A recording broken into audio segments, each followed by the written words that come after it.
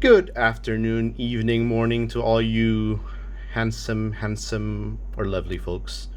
Welcome to the part 2 of the unboxing. So, if you haven't seen the first part of this unboxing video where I opened Lannister's Free Folks and what's that faction called again? Baratheons, you should check out definitely the part 1 of this video.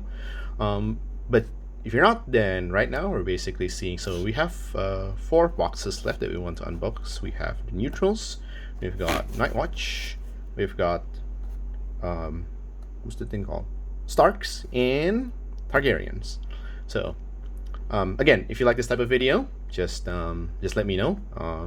So this might be just to shake things up because we've been doing mostly battle reports. So we'll see. So let's start first with neutrals. This might be possibly one of the lightest boxes. Well, slight compared to one of the Targaryens, but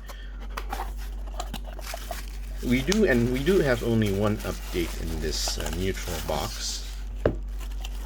If I'm not mistaken, the update to Varys, which Varys has been changed over the course of this game. There was a period of time where Varys was basically changed. Oh, of course, Inflatement, you know. That's the first unit here. Okay, so let's continue. Got our cutter here, and let's rip him up. So, let's give it thought about neutrals while I struggle to open this without cutting myself, definitely. Alright, I've played neutrals competitively. I've run it in a tournament once this weekend. Well, not this weekend, last weekend. Or if you've seen the next video that we're going to post up, is basically a few battle reports from that particular tournaments. But neutrals is now in a rough spot. So I think the over nerf deflatement is necessary for the game, but if you're a pure neutral faction, or if you're a fan of neutral, and unfortunately it comes with the unfortunate disadvantage. All right, so before we start, if you do want to get this unit cards, I think CMON still has them, so do check it out, and they are a very good quality. As you can see, they are very thick, very good foils, and definitely worth it if you're looking for definitely to sort of pimp up your faction or to get some sort of updated cards for your faction. Before you play, before you basically, because they are packed rather tightly because of the foiling. So what I like to do is just give them basically you pick this up and you give a little crack. So it will help up to sort of release the pressure. All right. So now we start with neutrals. We got Vargo, possibly one of the worst commanders right now in the game. We got Dario. Also interesting. I've run Dario before in Baratheon, and it's quite an interesting setup. So we've got Dario right here, and then the neutral cards. I think neutral deck has some of the best cards in the game. Wealth and Cunning is amazing. Work the Reward is basically auto pass panic test. Adaptive Methods is so good, especially now with the clarification that you can use the bottom part first and then you can use the top part. Surprise Strategy against things like Stars of the Fury, Swift Retreat, Protection of the Father, etc. as usual. Cunning Scheme. This is a blowout card if you ever actually get to pull this off. And you have Roose Bolton. Calculated Cruelty is really good. A really good control card. You can snipe basically solos with this. Thoughtseize. Well, okay, it's not Thoughtseize, but I'm a Magic player, so I call it Thoughtseize. But this is basically look at opponent's hand and then you pick one and discard it. It's mostly, probably Duress is the more apt term, but yeah.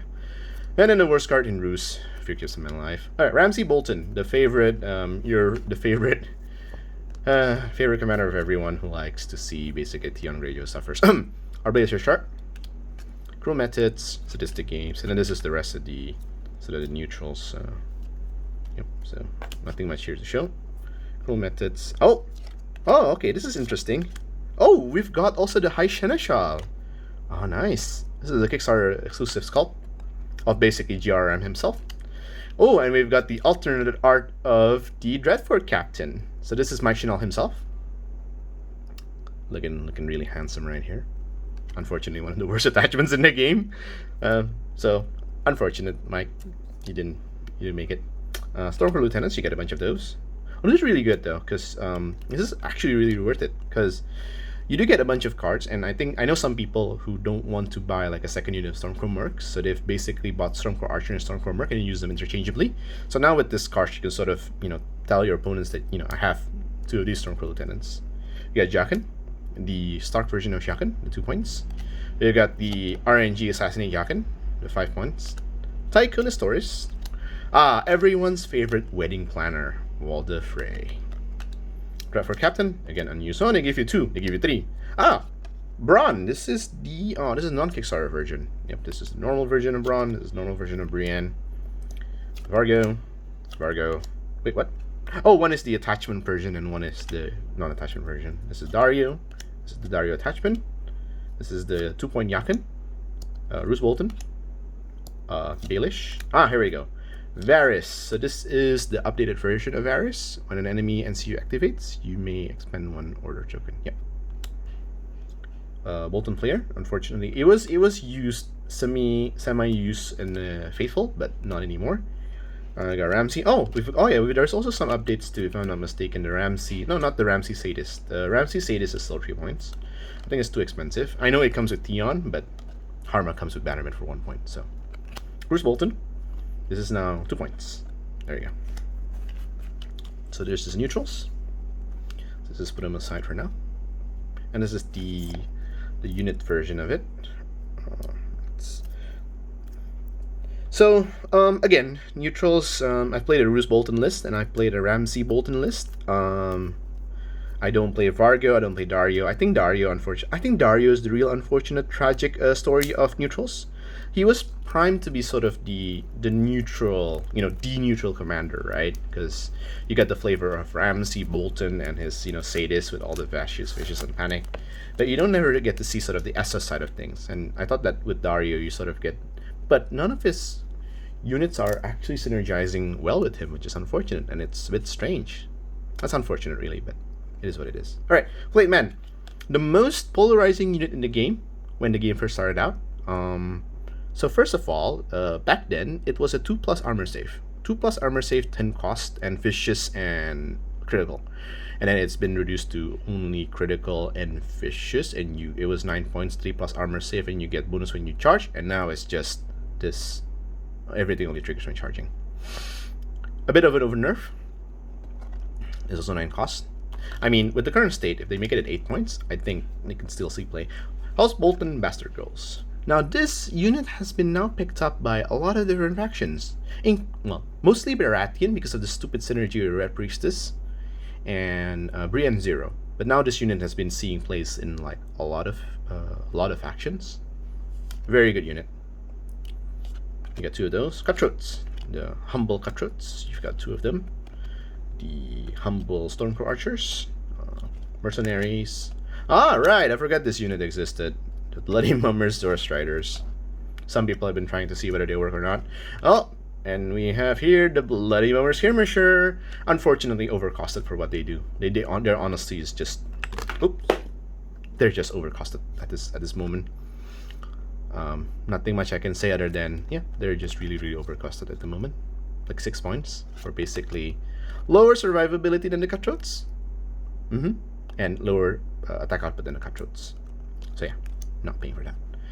And we got extra blackguards and Flayed Man. That's it for neutrals. Let us continue with the next one. Nightwatch.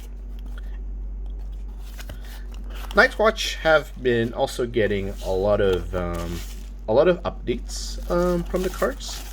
I'm not a Nightwatch player, and I think out of all the factions that I play in this game, I think the only faction that I don't play is Nightwatch, which is I just don't like the whole faction in general. I don't know. Well, we'll talk about the Storm Brothers in a bit, but do forgive me if I miss any of these Nightwatch cards. But let's talk about the Nightwatch. I know that I'm not the guy to go to when playing Nightwatch. If you want to play Nightwatch properly, you should watch how the Humble Onion Smuggler does it. You should ask Carlo how to play the triple senior list, and he'll give you all the rundown. They'll probably call you like stupid first, but he calls everyone stupid. So, Nightwatch. Start first with the basic deck. Look at this crunch. And then we give a little crap. Nice. So, yep. All these cards is the Nightwatch basic deck. Let's not go through all of them. So I don't think they've ever updated any wordings in the cards. I think they have, yeah, they have not changed anything in the cards. Let's give it a little smack right there. So yeah, they've not changed anything with the unit tactics card, which is, I think, is a good direction to go, because tactics card fundamentally changes how the commander operates. So you put that on top of a unit. So technically the shell should change, but not the content of the shell. So I think it's a good design. We might see, but we'll see. Nightwatch, competitively speaking, right now I think Nightwatch is number 3, below Stark, below Freefall. Nightwatch have been getting some ridiculous buff, even up until the last patch, and we'll go through it. Donald, unfortunately, the most underused commander in Nightwatch. They have some interesting cards, but yeah. Autel, mostly used because of it's an NCU commander. Alistair Thorn, also seeing some serious plays. All right, let's get to it. So, Scorpion modification. I don't remember whether this has been updated or not, but I think if I'm not mistaken, it used to be 2 points. Now it's only 1 point. So yeah, no reason not to bring the Scorpion modification. The only downside is you have to either bring Autel, the NCO version, or you bring Autel, the one cost attachment version. So that's the only downside. You got 4 of those. Not sure what they're thinking. Watch Captain, also been changed. Back then it only has basically the bottom ability. And it has the funky ability of, at the start of the game, you basically tutor out and then you give him like 1 POW. But now it has been changed to basically just select start a tactic zone until the end of the turn, you count as controlling any of the POW effects. So yeah, it's pretty good. JR's now also been buffed. This is now actually like one of the favorites in the local meta, simply because now it makes even conscript very, very sturdy. It now gains stalwart, and it can gain 2 tactic zones and control a tactic zone. So now, like, even shield auto blocks D3 every single time. Really good. Vanilla boring commander. Jon Snow. Yep, nothing changes here in Jon Snow. We got a bunch of more of these watch captains. We got Bowen. Now it's 4 points for good measure. Amon, nothing changes. JR. Now, okay, this is also worth it because JR gets basically a lot of rework. So I think it's worth it because you do get the changes of this one. Force conscription, yep. So 2 Watcher Recruiter. You got Alistair Thorn. I believe this is buff. Oh, this is the commander version, and this one, it used to have, if I'm not mistaken, Insight, which is like vicious, except it costs wound. Now it's just gain straight up vicious, which is really good. This is the Donald C commander card, really bad. Gren, nothing changes, still 2 points. Yep. Piper. For that delicious crossbow nimble action. Corin, this has also been changed. It used to be 3 points, now it's 2 points. Autel, this is the attachment version. This is the commander version. This also has been changed because you do get now the bottom ability. And this one, I think this is ridiculous. This card is ridiculous. It's basically Wealth of the Rock on the stick. You can use it up to 3 times, and you also can reroll. Your opponent cannot reroll vulnerable. So combos that with basically fire, and you have, your opponent can't even use the condition token on you. Another sort of rule-breaking game moment right there. All right, onwards with the unit. This is also there's also a bit of sort of changes with the unit. I think they should have the updated conscript card, but let's get to it. So just a bit of crack right there because they're packed really, really tight. So we got Storm Rose. Now it's 864 critical and sundering, and it costs 7. The most expensive basic units, and a lot of people I know were raging about the changes of Storm Brothers, but I think they're necessary. They're just too efficient as they are. Storm Road. Ghost has been nerfed to hell for good measure. You used to have power weapon, which you can't make armor saves. And so now a Ghost has been double nerfed. Number 1, cannot attach vows. Well, makes sense because it's a dog. And then number 2, so this ability sticks, so they get double nerfed and uninitiated, and they lost the power weapon ability. Veterans, Ranger Trackers, eat your heart out, Outrider. They'll track your Outriders. Ha ha ha ha.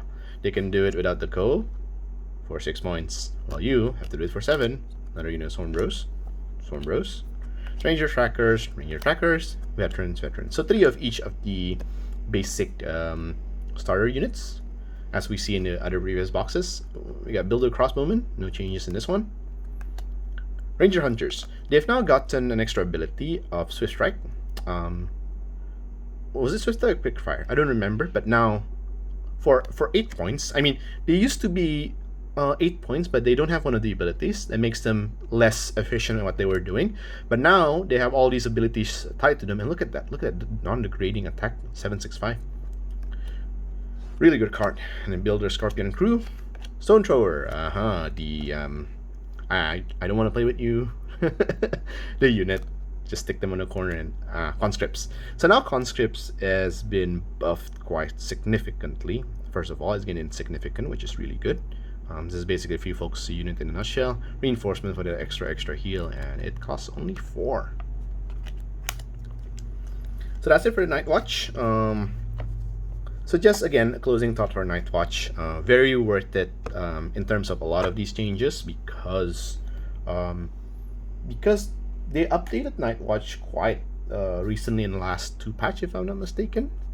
So on to the last 2, Tark and Stark. So I'll start with Stark first because it's 6. Stark. Alright. I've heard people going Stark is OP, and it's true. It's true. Unfortunately, at the highest level of this game, you sort of have to be ready to fight against Stark, or you play Stark. It's just unfortunate the way it is. First of all, congratulations for Larks for winning the Masters tournament. If I'm not mistaken, Larks was from our side of the pool. Was it? Yes.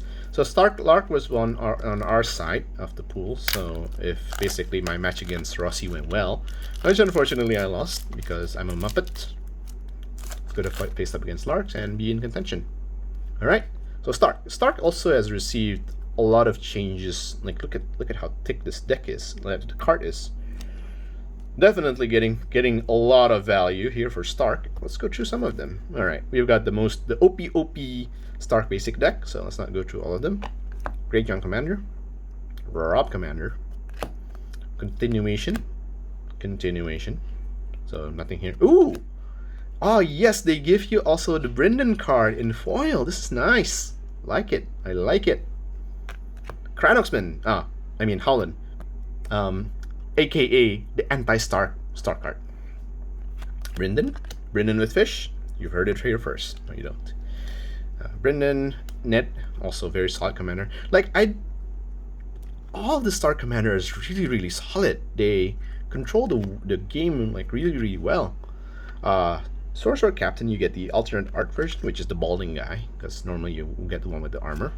And in Cranoxman Warden, you also get the alternate art version, which is the cool Legolas looking guy. Mage Warman, unfortunately not used. You get the Brennan Tully outflank card, the commander version, and the non-commander version. Mira, if I'm not mistaken, has been buffed. This card is very oppressive. Jojen, who now plays in Queen's Gambit. Syrio Forel has been buffed. Now it has, precision and critical on a basic unit. Rickon! From 2 points, now it's only 1 point. Osha for free. Caitlyn. Sansa has been nerfed, but still really, really good. Arya, another 3 points. I forgot about this. So the Yakan Mysterious Prisoner comes in. I don't remember. I forgot. Okay, I'm a Muppet. I should have remembered, but it also comes with the Stark version. Brandon Hodor, it's now 2 points. It used to be 3 points. At 3 points, I would still bring it. Brendan Tully, Commander version, Attachment version, and Edit. This is the Commander version. Roddy McRod has been buffed. Now it gives the mark target, because previous doesn't have mark target. Cranoxman, the normal art version. Okay, ridiculousness of Stark. This is a 1 point attachment. All you need makes an attack, it gains +2 attack dice, gain fishes, and it takes D3 wounds, except if it's on the last rank. You may be asking yourself, wow, it gives a basic keyword. How much does it cost? How about 1? Not being used. Yep, This needs to be buffed because it's a bit weak at the moment. This is the attachment version. This is the Howland NCU. This is the Editor NCU. Rob, another Emerge Champion, Sorcerer Captain, Great John, Rob Salt. This one has been, this is still 3 points if I'm not mistaken. Yeah, okay. So yes, you've got a lot of changes to these Stark cards, and I think Stark is right now is above the curve in everything else. It's unfortunate, but it is the way it is. Not much I can say about that. I hate playing against Stark as much as they hate against me playing Tyrion, but you know, if they're bringing Stark, I have to bring Tyrion. Also, the Stark also has one of the thickest units that they have, because they do come in with, you know, 3 dogs: Raven, Summer, and Shaggy Dog. So again, you are getting a lot of, okay, in general, most of this is really valued because you do want to sort of update your cards, and this is a way for CMON to give like the updated cards, which is really good. It's only $15 each as well. You should get like, and they offer free shipping during the promo. I don't think they do it anymore, but you know, they need to sell the cards. Okay, so Cavalier, you get 2 of those. Summer, Honor Guard, Cranaquin, Bowman, they have been buffed. Yep. So now they get the extra if they fail their panic, they become weakened and cannot trigger orders. You get 2 of those. This has been buffed from 7 points to 6 points. Great Axes, they've been nerfed to hell. They used to be they used to just kill like free folks and poor fellows really well with the Cleave ability. Now it's only just Executioner Fury. Berserker, one of the best basic units in the game. Outrider, they've been unjustly buffed. It used to be really bad. If I'm not mistaken, it's like 7/4/4+, and then you don't have Bushwhack. And then instead of Swift Retreat, you get Swift something. So if you target it with a horse, you get a charge. So I understand what they're trying to do when they change it, so now it makes them a bit more sort of mobile when attacking, but now it's just even ridiculous. Like, the stat line is just 8/6. You get no decrease in attack. It's basically, okay, think of it as Flaytman, right? Flaytman, with only like basically -1/+1 armor, -1 armor, you get speed of 6, you get 2 abilities on top of it. One of them triggers automatically when you're hitting an, oh, what the, wait a minute. Hey, I just realized something. Bushwhack only triggers when you charge. Gotta remind my Stark friends next time. Cool. Sword, one of the most efficient base unit in the game, I would say. And Outriders again, and Berserkers. So same. Oh, and Greywind. So same pattern as the last one. You get 3 copies of each of the basic cards, and the rest you only get 2 copies of it. So yeah, nothing much to be said about Stark other than they're now the king of the meta. If you do want to win in tournaments, your highest chance will be playing Stark. On to the last one. We've got Targaryens. I know this is Kai's favorite faction, Khal-Drogo. I personally don't play Targaryen. Okay, not because they're underpowered. There was a knee-jerk reaction at the start when you look at Targaryen. You go, all forces, and you go, oh my god, they're so OP.